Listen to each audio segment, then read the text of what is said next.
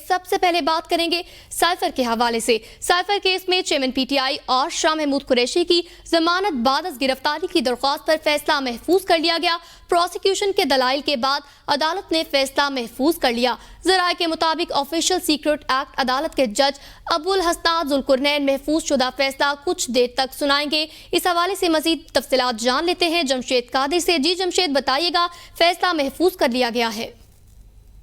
जी बिल्कुल, cipher case के हवाले से आज तकरीबन 4 घंटे तक ये समाअत जारी रही। पहले जो थी ओपन कोर्ट समाअत थी, बाद में से इन कैमरा समाअत कर दिया गया। प्रोसिक्यूशन की जानिब से एतराज जाहिर किया गया कि जो मीडिया नुमाइंदान है और जो दीगर वकला हैं गैर जरूरी, उन्हें बाहर भेज दिया जाए। इसके बाद बाहर भेज दिया गया। आज चेयरमैन पीटीआई की जानिब से सलमान सफदर ने दलाइल दिए और जो शाह महमूद कुरैशी के वकला में शामिल थे अली बहारी और बाबा रवान, उन्होंने भी इस हवाले से आज दलाइल दिए।